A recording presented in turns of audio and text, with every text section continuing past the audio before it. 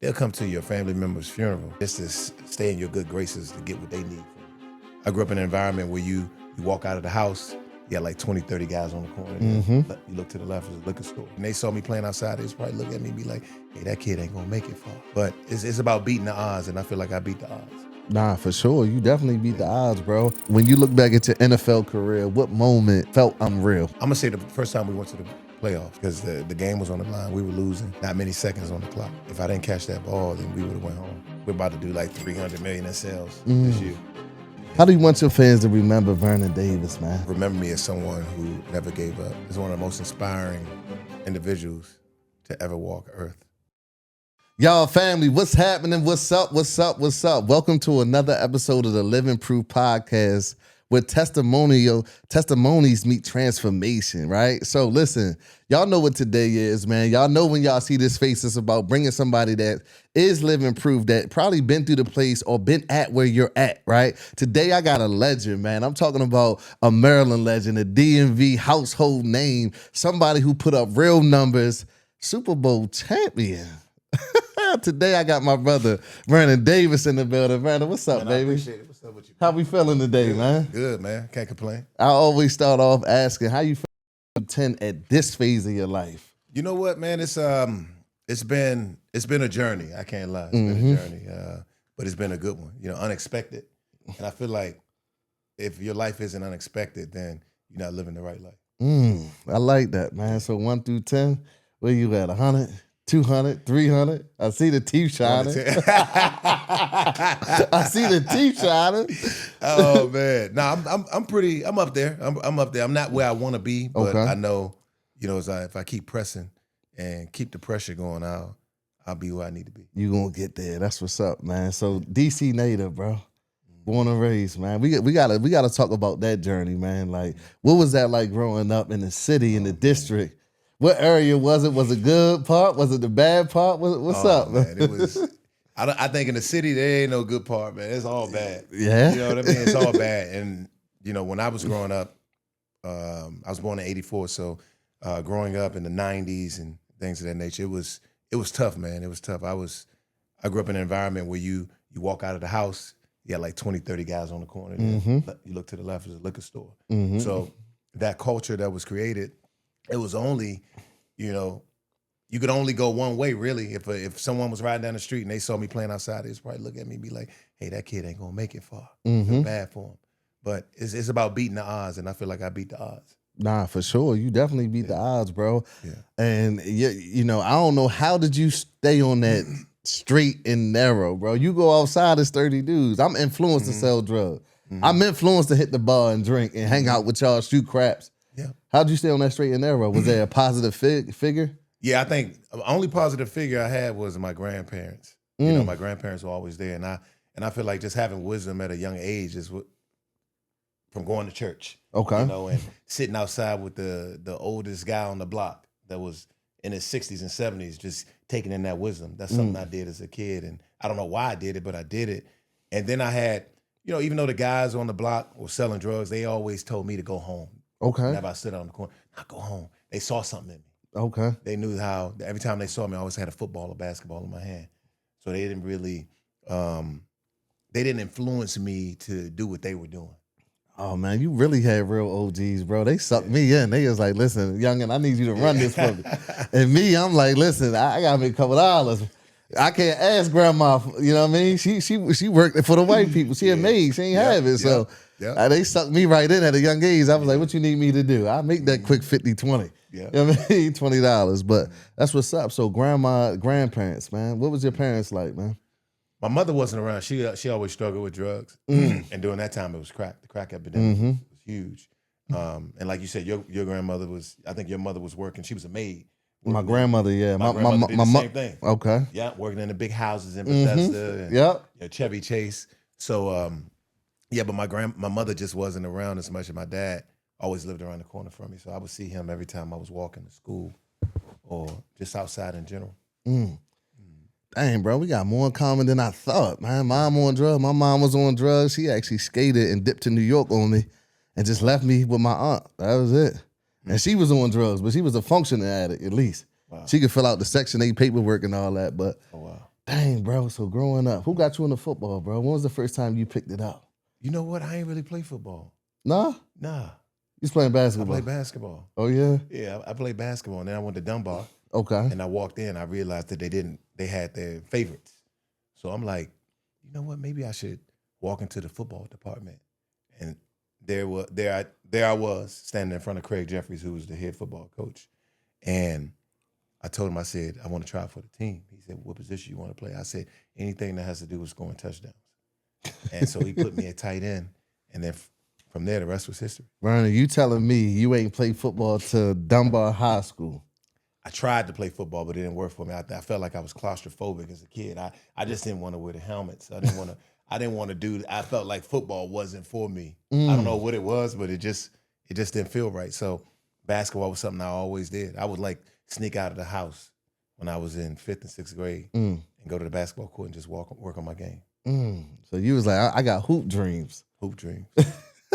Wow. So Dunbar High School, 9th grade, you like, all right, cool. I see they like him. They like him.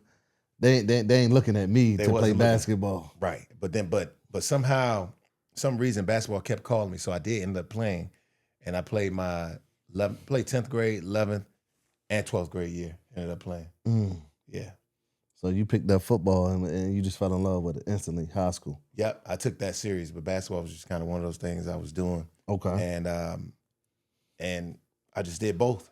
You did both, two sports. And then playing football, the scouts start saying, Vernon, we want to talk to you. Yeah, they saw the upside in me and my ability to go out and be effective at a very young age. And then I remember the head coach at University of Maryland. I think it was Al Groh at the time. Okay.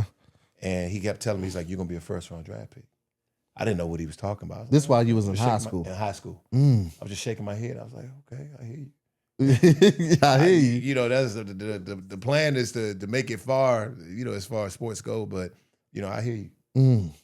That's what's up, man. Wow. So I need you to help some people out, Vernon, because there's some kids right now that's in your same position. They good. They got some colleges hollering at them, but they don't got nobody to go home and talk to about. Right? Who was that for you? Like, Mom, I got a scholarship, but Mama ain't really. She ain't. It don't comprehend. Grandma and them may be too old to even understand what's going on. And it's like, who did you have to lean on and talk to? Like, that's funny. You say grandma didn't understand what was going on because I went to my grandmother after my sophomore year. No, it was after my junior year, man. I went to my grandmother. I set her down. And I was like, I'm gonna go ahead and leave school early. I'm gonna leave, you know. And then my grandfather looked, why would you do that? They couldn't understand what I was telling them. I said, I can make a lot of money.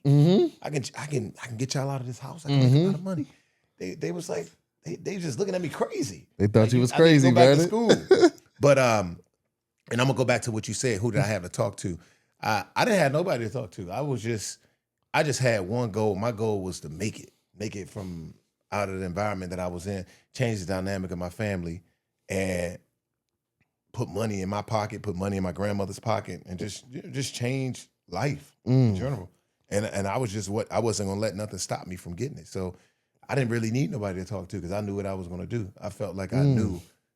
I just had this mission, man, and I wasn't gonna let nothing stop me from getting it. Got you. Wow, that's powerful at a young age because it's like you talking to grandpa. They like, listen, what you talking about? You leaving school? Yeah. You better go get that education, and they don't even understand the bigger picture. They don't understand what's going on. So University of Maryland, I'm sure you had other ones, man. Was that your first choice, or you was just like, I like this. I like how he told me I'm gonna be a first-round draft pick one day. You know what? I knew I chose Maryland because I wanted to stay close to home. I wanted to help my grandmother out because I had 6 other siblings that I had to look after.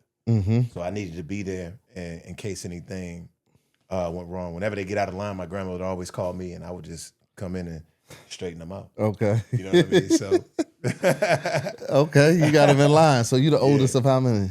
7. Oldest. Oh, okay.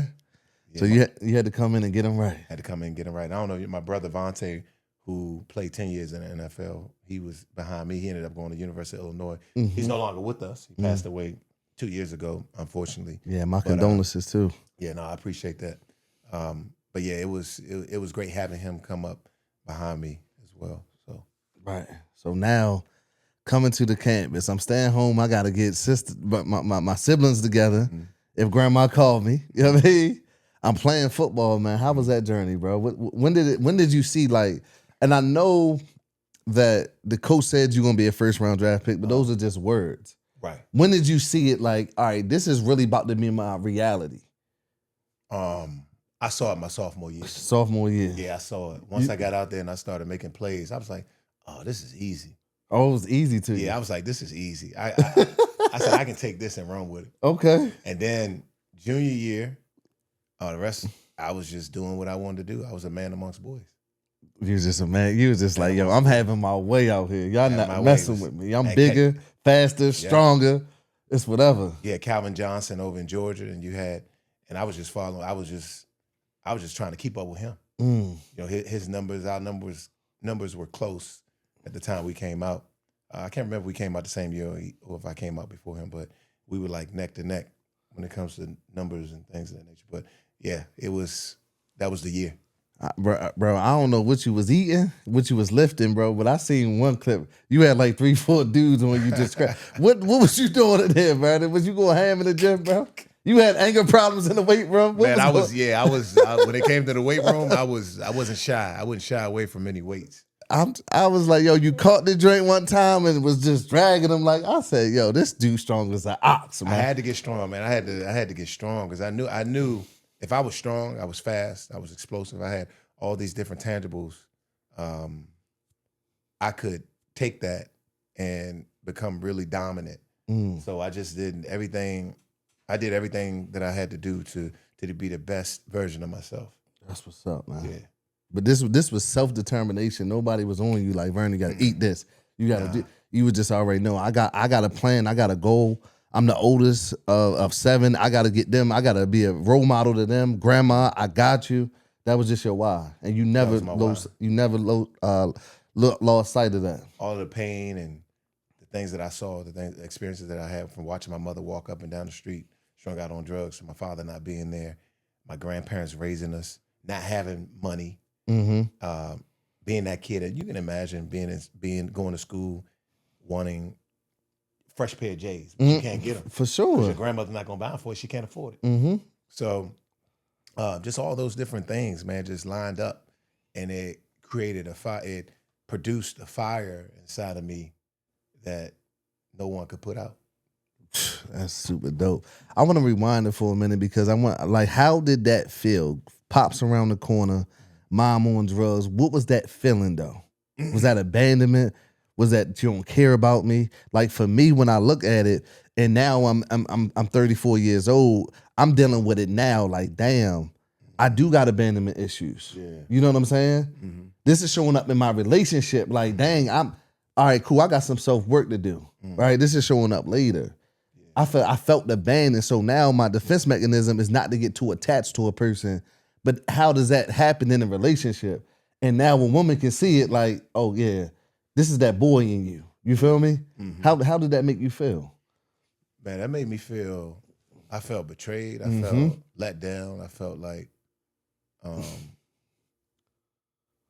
I didn't have the pieces that I needed in my life. And it's just, you feel lonely, man. You feel broken. You just not having your mom, not having your dad, your grandparents taking care of you when they shouldn't be. And it's just, you just feel broken. For sure. Yeah. And it's a lot of us, like, I can start to open up about it because it's embarrassing. Like, people don't realize I had to go through school and be like, damn, like that, your mom and dad picking you up. My dad incarcerated, my mom on drugs. Like, I was even embarrassed. Like, you can't come over my house. My aunts and uncles, they were just running in and out doing what they was doing. It wasn't that. So it's just super dope to hear you express that, because now you probably helping somebody else. And it is okay to express it, right? It is okay to get that out. Don't hang on to it because you may make a bad decision. You might not be able to channel it and then be in the gym like my guy Vernon throwing up 900 pounds on the bench. You know what I mean? but for real. And then you got your little brother come through. Did he want to play football because of you? Vontae, I used to make Vontae play football. He didn't really want to do it. I just kind of You made him play. kind of pulled him.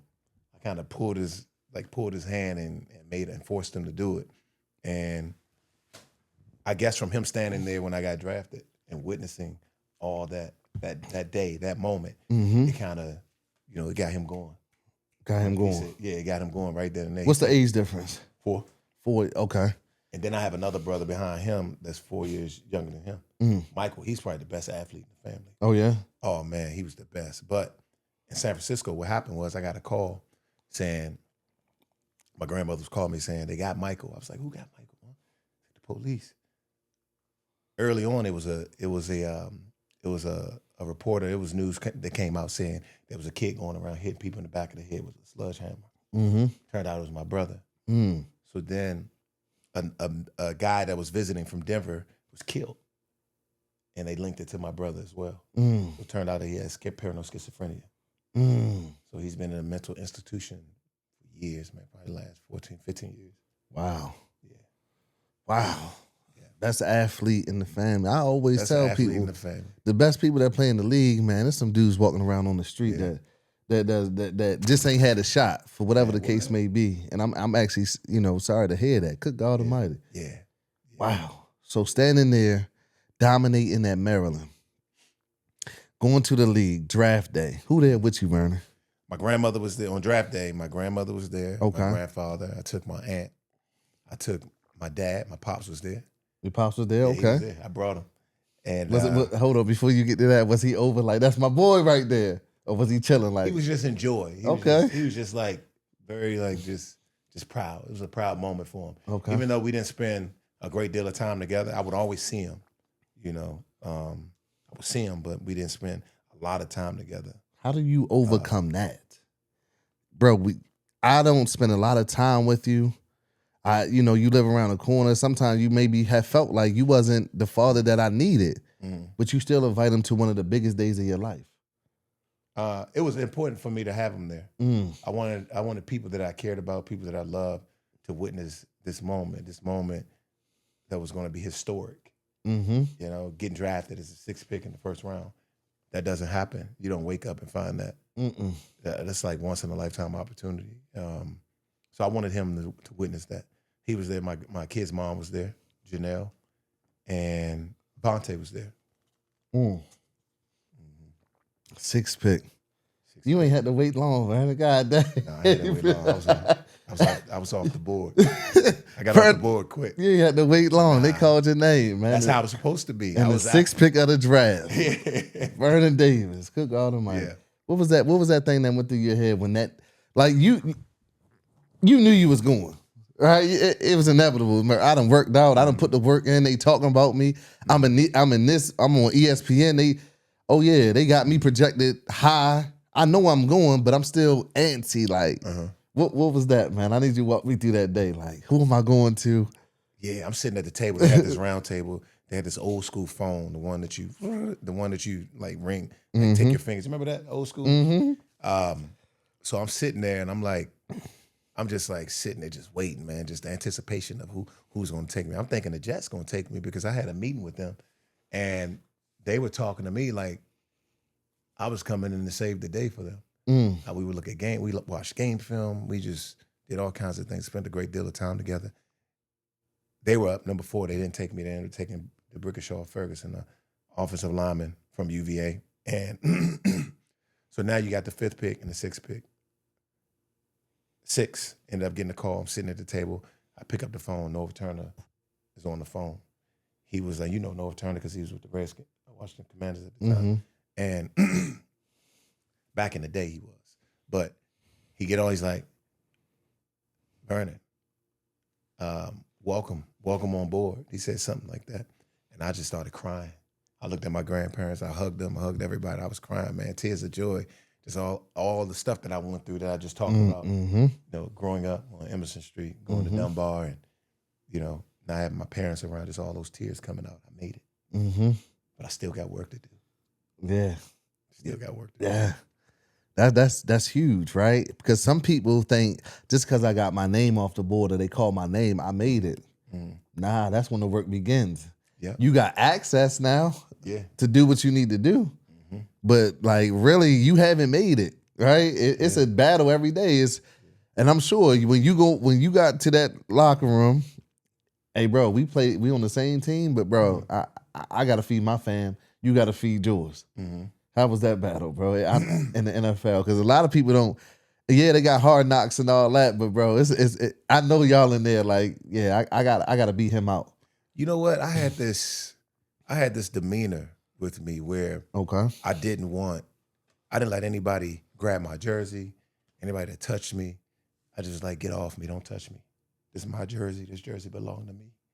Like, get out. Vernon, you always been a bully, bro. You done bullied your brothers, you bullied your teammates. But I was just trying to, I was like, I made it. Like I had work. I got work to do. I gotta be great at this. Yeah. Like, in order for me to be great, I had to have this demeanor, like this, this attitude. Like, it's not really. I wouldn't say it's an ego. It's just confidence. Some people can mistake it as an ego, but I had this great deal of confidence. Like, anybody that lined up in front of me was going to be dealt with. Whether I was blocking them, whether they was like trying to guard me, that's just who it was. I had to just learn how to define what it was, who I was. And, I didn't necessarily define it in the right way in the beginning, but as time went on, I took this leadership role. I had to be selfless. Couldn't be selfish anymore. I couldn't have that me attitude. And it took someone to show me that. And at the time, it was Coach Mike Singletary. He was like that figure I needed at the time to really say, hey, young man, look, we brought you in here to be a leader, to be dominant and all those different things, but it has to start here with a selfless attitude. Speaking of Mike Singletary, he kicked you out the game, bro. Yeah, he did. On ESPN, all this type of stuff. You was public, bro. Yeah. What did that do? Did that turn you like, bro, I need to turn off the TV, tuck my tail, hide under the covers, or did that like another fire in you? Like, okay. That lit a fire in me in a good way. It showed me that I just knew that I had to get my act together. I had to really be that guy that I was inside of my heart, that good dude, right? That good dude that everybody wanted to be like. Okay. And it started with my attitude, and that's what Mike was there for. He was there to help me channel those emotions, and just be the man that I knew I could be. Right. So he really coached you, like not even on the field, like in real life. Like, hey, Vernon, you know, because when we come from these environments, these hoods, we got these lash outs, and we got these, you know what I mean? I can only imagine you in practice, bro. Don't grab my jersey, bro. What's wrong with you? I can already see it happening, man. Oh, man, that's funny, man. You know what I mean? Hey, bro, don't be touching me like that, man. That's funny, man. That's hilarious. Cool. That's like, so drafted, man, and all this stuff is going on, bro. Kid from the hood, bro. I know you messed up some money, bro. I know you effed up the check. What was that one thing that you like, I shouldn't have did that? I messed the bag up, bro. Talk to me, bro. I did. I ain't gonna lie, what you messed the bag up for? You asked me if I regret it. Heck no, I don't regret it. Nah, I don't regret it. Okay. I just, from woman to nightclubs, I'm not gonna necessarily say jewelry and cars and things of that nature. That wasn't really the problem. My problem was just like, just the life, going out every day of the month during the off season, buying tables, pulling up with the driver. Oh, you was big bottles, bro. Man, you had some bottle wars, didn't you? I got a contract. You still. Oh man, it's just. And then I had my brother come along. Oh man, then it was. I mean, what you was gonna tell us? We were young, 20, 25, 26, early 20s. I mean, like, we got money now. Yeah, you can't tell us nothing. Yeah. What you gonna tell us? Like, we can go buy whatever we want to buy. We can go in the club. We just living the life. It's just a life. It was a heck of a life. And do I regret it? Nah, I don't regret it. You don't regret it? No, okay. I don't regret it. You get a second chance. I mean, most people don't get a second chance. I got a second chance. I got a second chance to show that I could do it right. You know what I mean? That comes through maturity. That comes through, how you live your life spiritually, having a purpose, understanding your purpose in life. What is your purpose? What do you wake up and do on a daily basis? How you treat people? There's just all those different things, elements that you need to be a great human being and live life right. Right. That's what's up. Grandma good now, though. Yeah, grandma good. Okay, as long as you took care of grandma and ain't in the grandma club good. popping no bottles, grandma good. Grandma good. Grandma can write me a check for $10K and keep moving. Oh, grandma got it like that. You know what I mean? You about to have some people in grandma DMs. Hey, baby. That's what's up. So, boom, 4 years in, then my brother get drafted. Wow. 4 years in, Your brother get drafted. I didn't expect it. I didn't know what. I kind of felt like he would get drafted because in college, he was like the best cornerback in college football. Mm-hmm. But when I saw that, I was like, oh, yeah, he got a chance. I didn't know he was going to be the best cornerback in college football. Mm-hmm. He was competing with Malcolm Jenkins. Right. Over at Ohio State. So you had the both of them going back and back. And I think he kind of ran into a little bit of trouble, which caused him to kind of slip a little bit in the draft. So he slipped to, I think, 25. He was the 25th pick in the first round. But that didn't stop him from being great. He was still able to go out and be effective in the NFL and still be one of the best players in the NFL. Mm-hmm. Dang, Vern. Davis brothers, man, they made it, man. Pop's good. He happy, too. He proud. He brag. He can brag on them. Yeah, I mean, I think the thing about it to me is that you don't have, before we got drafted, I think only 3 brothers got drafted in the first round. Like that's history in itself. Mm-hmm. Like 2 brothers getting drafted in the first round, that didn't happen a lot. Right. So it was just like, it was a wonderful thing, man. It's just beautiful, beautiful. That's beautiful, bro. That's beautiful. So boom, you go through, you have a great career, make a lot of money. Were you thinking about life after football while you was in it? Or you was just like, this is my grind every day? Nah, I was just thinking about right now. I was just thinking about having fun and just spending money and just going to Vegas. Hey, man, come on, bro. Hopping on a flight to Dubai, hit the club, get a table. You know what I'm saying? Vernon was that guy. Be some of the most prettiest women in the world. Man, that's what I was thinking about. I mean, you don't think about other things as a young kid. I mean, you got money, you young. You don't think about other stuff. You ain't thinking about buying Walmart or all this kind of stuff. You know what I'm saying? It's just like, I'm just living for right now. Got you. So boom, great career, good life after football, bro. Mm-hmm. Now what? That final day, you like, I know you sat there, probably was like, now what? When I got what part? What moment? When you left the league. Yeah, when I left the league, I already knew what I wanted to do. I already had a plan. I was all, I was doing the things that I could see myself doing in the future. Like I was buying businesses, I was buying real estate, I was doing 1031. I was 1031 exchanges. Okay. Yeah, I put my money. Hey, don't get it twisted, man. I can sit here and talk to you. I got that Vernon Davis money, man. I got a couple coins. Nah, so I, 1031 exchanges, buying real estate, and doing all these different things. Then I started taking acting classes.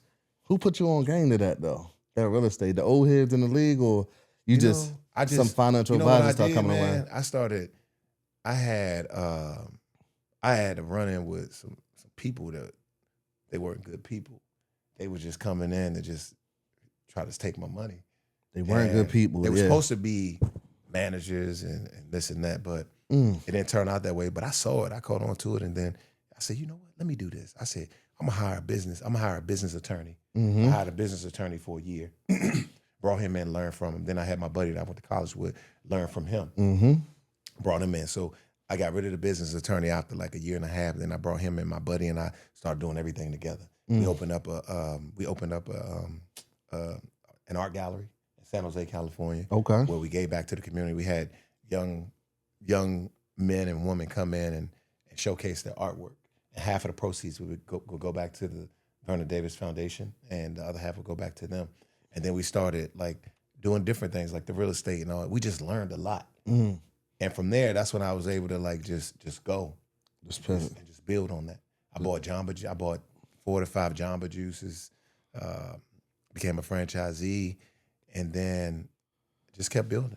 Right. Diving into acting school, so you already knew, like, all right, cool. This is what I want to do. I want to be in films. You kind of picked that up. Where did that start from, bro? I didn't know I wanted to do all that. No, I didn't plan. If you ask me, you got to plan acting school though, Vernon. You don't just go into acting school. 4 years into the league, right? Yeah. I didn't know I was going to be into art as heavy as I was. I didn't know I was going to be an actor. I didn't know I wanted to produce. I didn't know I wanted to do real estate. I didn't know any of that stuff. I just kind of just rolled into it, and then I took a liking to it, and I just Like, hey, let me do this. I know I want to be on TV. I know I want to be on the big screen one day. And then, the rest was history. Wow. Dang. Yeah. Acting school, bro. That ain't something that you just pick up by hand. You gotta be intentional. I'm gonna walk in here and I'm gonna get better.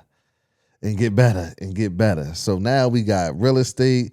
Shout out to your man though, for real, for real. That teamwork made the dream work. Yeah, Patrick Powell is his name. Patrick, yeah. Shout out to Patrick Powell. Shout out to him because I think he really helped you along and really was like, hey, listen, it's some sharks out here. Yeah, some sharks. There's a lot of people that get in a bad deal when they in that, in that environment. The NFL, everybody does not want to see you succeed. They want to see it for them.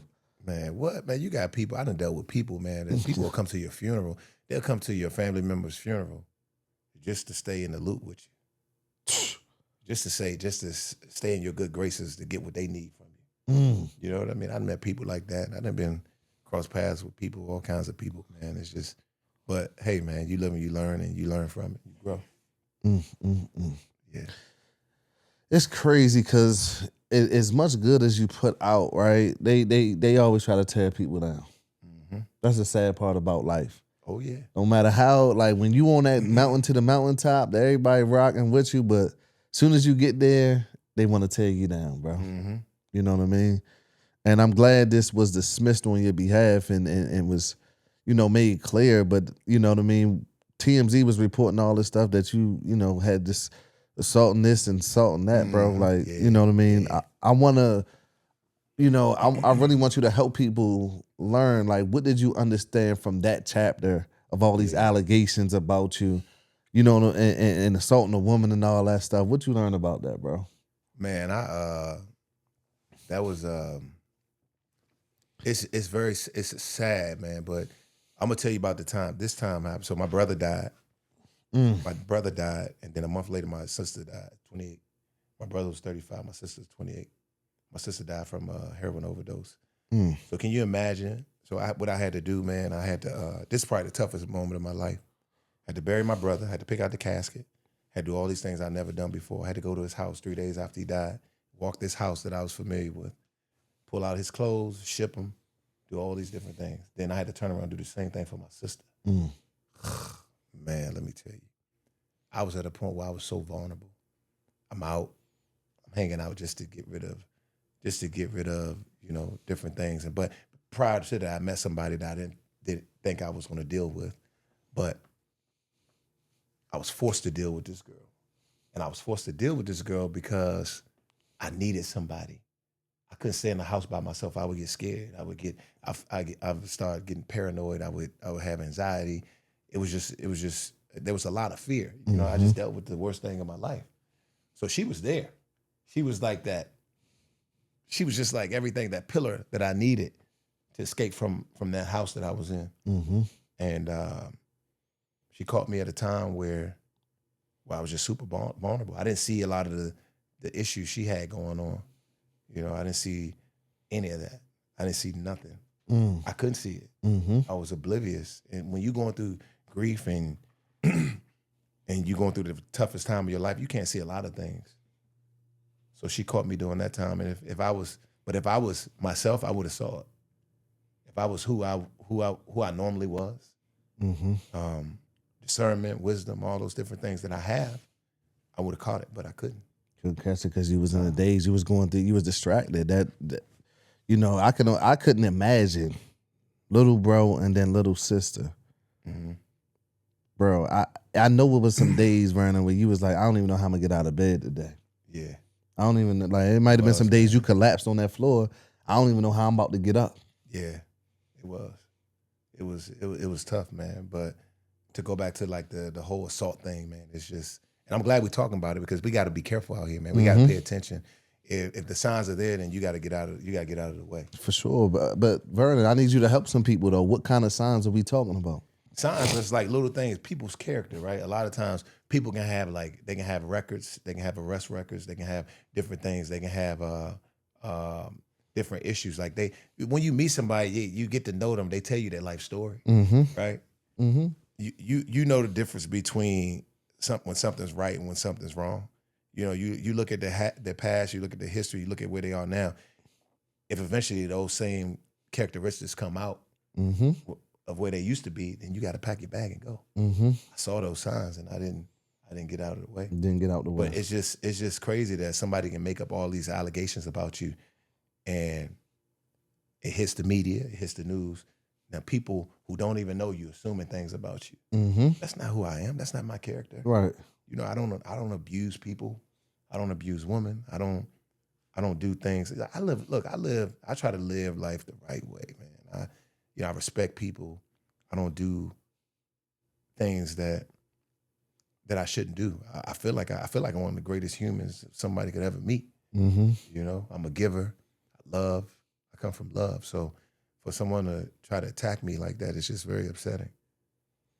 Man, you really got to be careful out here, especially when you got a name, bro. You never know what type of situation that is, right? And it's like, I know, like, I'm not going to assume, but you choosing to date in a woman, you also got to be very careful of that, right? Because you do have a name, and it's like, if something does happen, they're going to have me on the news. Mm-hmm. Do you think about that when you're going into dealing with a woman or a situation? If I'm dealing with a woman in a situation, I do, but I know, like I said, I normally can see that. I never dealt with a woman like this. I never had a situation like this where a woman goes off and accuses me for certain things all because I'm not sleeping with her. You know what I mean? So you want to do this. It happens more than not. I do this to you. I mean, you can't do that to people, man. You can't. You just, you know, and fortunate enough to have those charges dropped. Yeah. You know, the law was on my side, and they saw that, you know, all this stuff was bogus. Yeah, it was just bogus. Which it was bogus. You know what I mean? And just trying to tear you down because you didn't want to be with this individual. Yeah, man, it's crazy. But the sad part about this whole thing, man, is that, you know, this woman, I was in love with this woman, man. I loved this woman dearly. And when I told her I didn't want to be with her anymore, she goes and she picks out people that I knew, and slept with them. There was a buddy of mine that was supposed to be my brother. You know what I mean? Yeah. Brother of mine. Wow. Goes into my house that she's supposed to be selling for me and makes out with this woman in my house. Across the street from my grandmother's house. You know what I mean? That's that. So I not only did I lose a relationship, an intimate relationship, but I also lost somebody that was supposed to be my brother. And that shit probably hurt more. Telling me he didn't know who she was. Come on, man. Come on, bro. They niggas knew, and they always knew. Come on, man. Man, get out of here, bro. Like, get out of here. It's all good though, man. I just keep walking, keep moving, and you know, I pray for everybody. Everybody who do me wrong, I pray for them. Right. I still have them on my heart and on my mind, and I pray for them. You know. Brian, all these mountains and all these rocks start coming in your life, bro. How do you stay sane, bro? You know what, man? Mental health is big, man, for us, especially in the Black community, right? Yeah, it's huge, man. I know that tomorrow's always gonna be better than today, and I try to keep a positive attitude about everything and just come from a place of love and just understand like what my ultimate goal is and understand people. When people do things to hurt you, and people do things that maybe they ask for forgiveness or maybe they don't, you still got to understand that's a form of mental health. They're not mentally there. So I always tell this story. If a person a guy could shoot my daughter, and I say, at some point I got to forgive him. I got to understand that he wasn't mentally there. It's a hard thing to do, but once you mature and as you get older, you understand that the mind and the heart is a place that harbors greed, self-pity, hatred. And it happens. And unless you're fully equipped spiritually, you can't find a way. So you got to come from a place of forgiveness and love. I mean, definitely. The older that you get, I mean, you know, somebody killed my little brother, had him just laying out there. You know, they stabbed him in the heart, and I had to watch him. You know, January 11th, 2021. I had to watch him laying down there for 6 hours until they scraped him off the ground and then put him in a body bag. But I had to come to a point where it was like, dang, I forgive you. You know what I mean? Like for me to sleep at night, for me not to want to, do ill things or maybe get out of character and maybe cause my freedom or cause my life, I gotta forgive you because you wasn't in the right mind. You got something going on. You had something going on that day, especially when you 300 pounds and he 120 pounds. You could have slammed him and kept it moving. You know what I mean? Like it's no reason. You 2 times bigger than him. It was no reason for that. But you're right. The older you get, you do gotta forgive people, man, because people not in their right mind. You ever thought you struggled with mental health? Nah. I never thought I'd have anxiety and man, I don't wish that on nobody, man. That might have been the second worst moment in my life, having anxiety, man. Like especially while playing the game of football at the highest level. Like it's tough, man. Anxiety, and then watching the people that you love struggle with it. It's like one of the toughest battles there is. I feel like we gotta do more to come up with solutions to help people when it comes to those mental struggles. For sure. Yeah. For sure. Well, I want to switch gears right here because my guy Vernon, season 7, HGTV's Rock the Block, bro. How you laying that, bro? You know what they were saying? We were talking about the real estate. We were talking about the 1031 exchanges and things. And I guess they heard about it. And I'm always getting offers for different things and shows and opportunities. You always getting offers, bro? Well, I'm not. Can you redirect them to me? I mean, hey, Brandon, can I get a little piggyback? Well, no, I mean, you know what I'm saying? Like the opportunities show up at the right time. And this opportunity came about. And I couldn't turn it down. I was like, this is gonna be fun. This is gonna be like a nice little journey. I get to learn.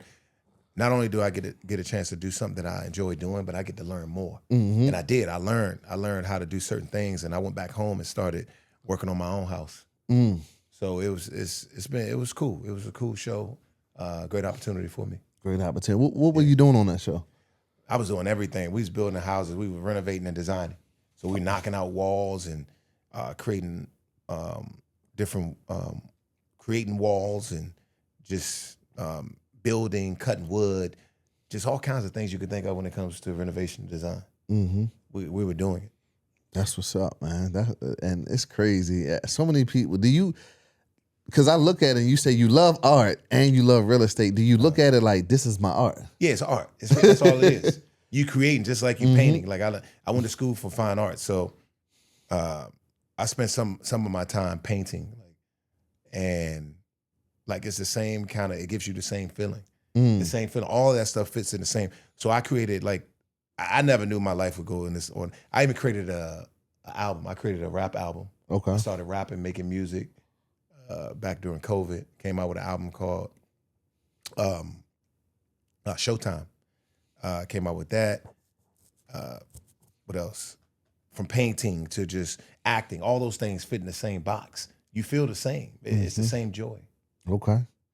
And that leads you to the next role with Vernon Davis. You got your own podcast, bro. What you wearing so many hats. What's going on, Vernon, man? You working like a Mexican, bro. What's up with you, bro? You all right? I want to make sure you good, bro. Let me blink twice if you ain't. You good? You good, fam? You got all these projects out. What's up with you? I don't know, man. I just go. You know, I just I stand outside and I just next road came. It was just I wanted to create a platform where I get to sit down with interesting people, kind of like yourself, what you're doing in your career, in your life. You sit down with interesting people and you ask questions, and based on those questions you ask, you create an environment where people get to learn. They become inspired and motivated just from a sit down interview that you're conducting. And I wanted to create that. And Next Role is basically about people's lives or where they are now and going. And we also talk about where they've been. And it's just a journey. You take them through a journey, and people become inspired.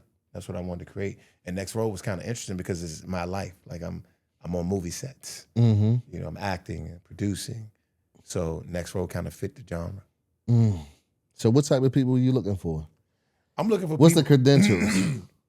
I think it's the type of individuals who've done many things in their life. Okay. And now you look at them, they're still elevated But you look at them and be like, oh, they're elevated right here. They're doing this. They're doing this. They're doing this podcast. They might have some real estate. But they got like 10 other things in front of them that's coming. Those type of people I like.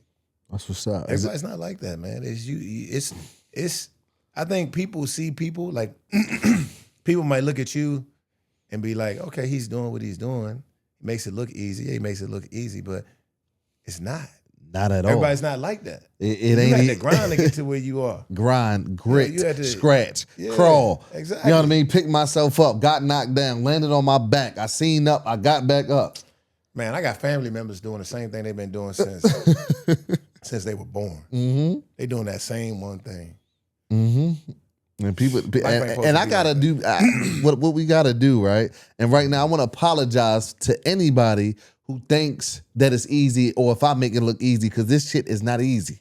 All right, it's not easy managing a team of 40. It's not easy being the head. It's not easy when things get a little rocky and you got to pay yourself last. It's not easy being the boss. You know what I mean? Like, I think some people don't realize that because you got family members that's always calling you with their problems. Oh, he make it look easy. It's good. He got a whole house with a content. Oh, can I come stay there? No. This is for me to make content and create. You got to figure out what you going to create. You know what I mean? And in the black community, that no is like a spit in the face for some reason. I don't know what it is. People look at you, oh, you drive this car, you do this, you do that. Well, I need something, but what you need doesn't have to come from me. You need to figure that out. You ever struggle with that though, Vernon? Like people just coming at you and expect, bro, I need that. You can fix it right here, bro. I'm late on my rent. My car broke down. Bro, that's a story of my life right there. Man, that's a story of my life, man. It's just, people expect, like, I just had a buddy of mine, bro, that I've been friends with since 2000. I probably met this guy in 2006, 2007. And this dude got mad at me because I wouldn't help him with his business. You're not a friend. You're not a real friend. You got money. You got all that money, but you're supposed to help people. I got all this money and I'm supposed to help people. Come on, I got all this money. I'm supposed to help people. How you think I got here? How you think I got to where I'm at? Come on now. You think it just magically appeared? You wasn't there. You didn't witness me sneaking out of the house working on my game. You didn't witness me making it through adversity. My mom walking up and down the street. You wasn't with me when I was running all those bleachers and those hills at the University of Maryland and getting to the league and working on myself mentally, spiritually, physically. Hey, you wasn't with me when I was doing that. You wasn't with me when I was going through ups and downs, navigating, trying to figure out ways to learn different things when it comes to business and how to position myself for the future. And not just myself for the future, but my family, my kids. You know, this ain't for me, really, honestly. It's for the people that I'm going to leave behind, because one day I'm not going to be here. And this all goes to the people behind. That's what I'm working for. That's what we're working for. You know, that's why you sitting here. That's a fact. You know what I mean? We're going to enjoy it while we're doing it, but it's not for me. You know, so you sitting here saying I'm not helping. Come on. I'm helping, but I don't have to help you. But even if you are helping, all right, cool. Like people come to me, business ideas, right? Cool. Let me introduce you to my banker. You said you needed the money. Let me introduce you to my banker. Cool, my credit messed up. Let me introduce you to my credit repair specialist. Is that not helping though, Vernon? It's helping. What's wrong with people wanting these handouts? Like, oh, I'm supposed to just go to the bank, Chase, and cut you $250,000 and you ain't got no equity in the game? You just got a fucking idea? The fuck is we doing? Yeah. Exactly. You know what I'm saying? But honestly, if you even knew how borrowing money looked, you want me to borrow this money, you're going to give it back to me. Okay, what you got as collateral? Put your house up against, put your car up against it. If I don't get my money back in 30 days, then I need an agreement that says I get this car, this vehicle that's worth the money that I'm giving you or more, right? People don't understand that's how it works. That shit You crazy. go to the bank, you think the bank just going to let you borrow money without putting interest on it? That shit crazy. Yeah, it's crazy. It's crazy. We use and abuse, bro. That shit is wild to me. And I'm glad I got my brother on here because I be like, yo, what is wrong with y'all? I didn't change. You changed. Yeah. You know what I'm saying? Exactly. You ain't never asked me for this. You never brought me all your problems. You never brought me all your business ideas. until you started seeing, he got it. Oh, he at this level. Like, nah.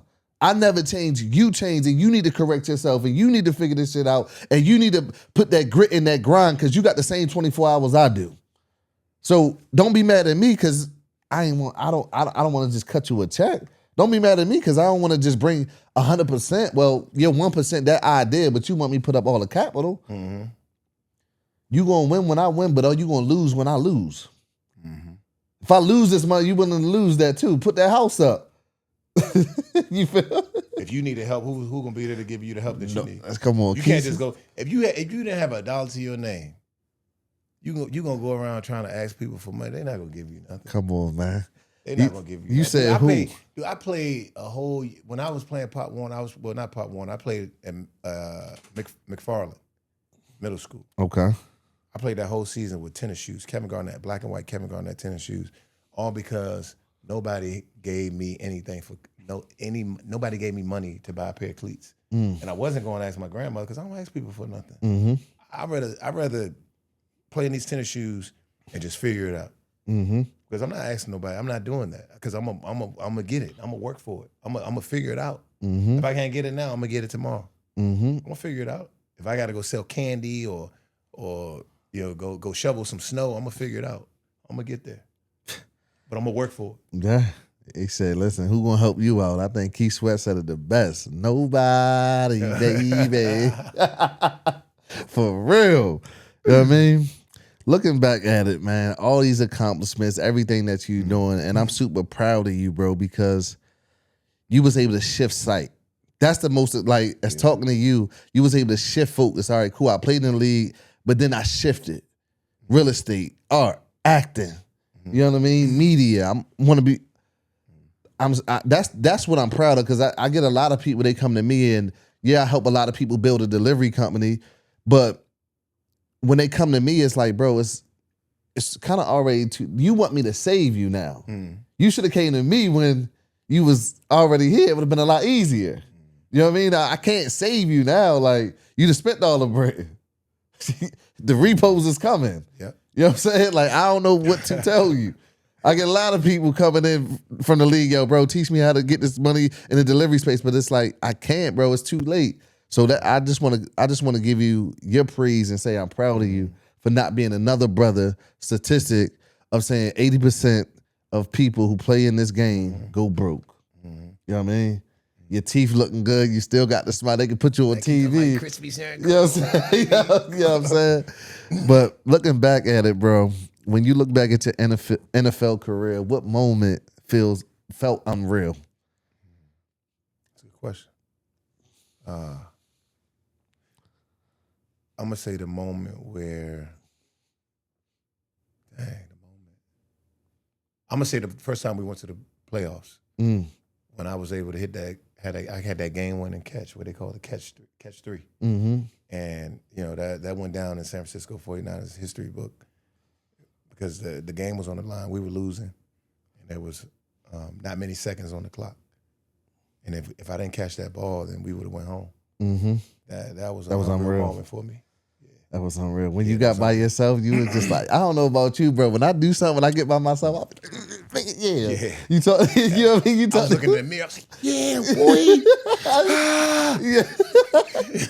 I'm trying to tell you, people don't be saying that. When you get by yourself, you be, I did that shit. Who's your daddy? Who's your daddy? You look in the mirror. Who's your daddy? Who's your daddy? That's a fact. I'm glad I ain't the only person. I'd be like, yo, I was on stage. I killed that speech. You did that shit, boy. Stop playing with yourself. Exactly. Come on, man. Everybody got stuff they do behind the scenes. You might not necessarily see it, but it's things that you do, and it's okay. It's okay. It's okay. Yeah, that's how I be. You know what I mean? So people don't get it. I be hyping myself up. I don't care. You got to, bro. You got to give yourself your flowers, man. I don't care, Sometimes bro. ain't nobody else gonna give them to you. You gotta give them to yourself. For sure, man. Yeah. How do you want your football fans to remember Vernon Davis, man? Or any fan of yours, the acting fans, the fans of you becoming an entrepreneur? Like, I want them to remember me as someone who never gave up, someone who always gave their very best at everything they did. I want them to see love in me. Remember me as someone who was very loving, who cared about others more than he cared about himself. I want them to look at me as one of the most inspiring individuals to ever walk Earth. Someone who always, who's always selfless and grew, and who always wanted to grow and evolve in everything that he touched. That's how I want them to remember me. That's super dope, man. Yeah. That's super dope. So what you working on now, man? Vernon the Mexico Davis. The Mexican Davis. Well, let me tell you, my friend, I am working on everything. You working on a lot of stuff, man. What you working on now? What you La got cuenta, coming? por favor. That means give me my check. What you working on now, man? What you got coming up? Well, I got a film, man, a very powerful film called Listeners. I did with my partner Jocelyn Rose Lyons. And You got a film? Yeah, it's a film I produced and I Produce? acted in. Okay. Yeah. I play this character who can't hear music. Can't hear music. Imagine riding in the car. Man, I with need you to call me one time for one of these films, man. I need to get my groove on one time. I just need a little snippet. Just tell me walk down the street, hit me. You know what I mean? I can be the mailman. You funny, yeah. No, I can get you. I got you. That's easy. That's easy, man. Say no more. But yeah, this film is powerful. I mean, if you imagine riding in the car with your brother and you listen to the radio, he can't hear. He can't comprehend like what's been. He can't hear none of the music, sounds, nothing. Especially instrumentals. You know, there's something wrong with him. There's something wrong we need to check out. And then you witness some other things that he's forgetting. His memory's gone.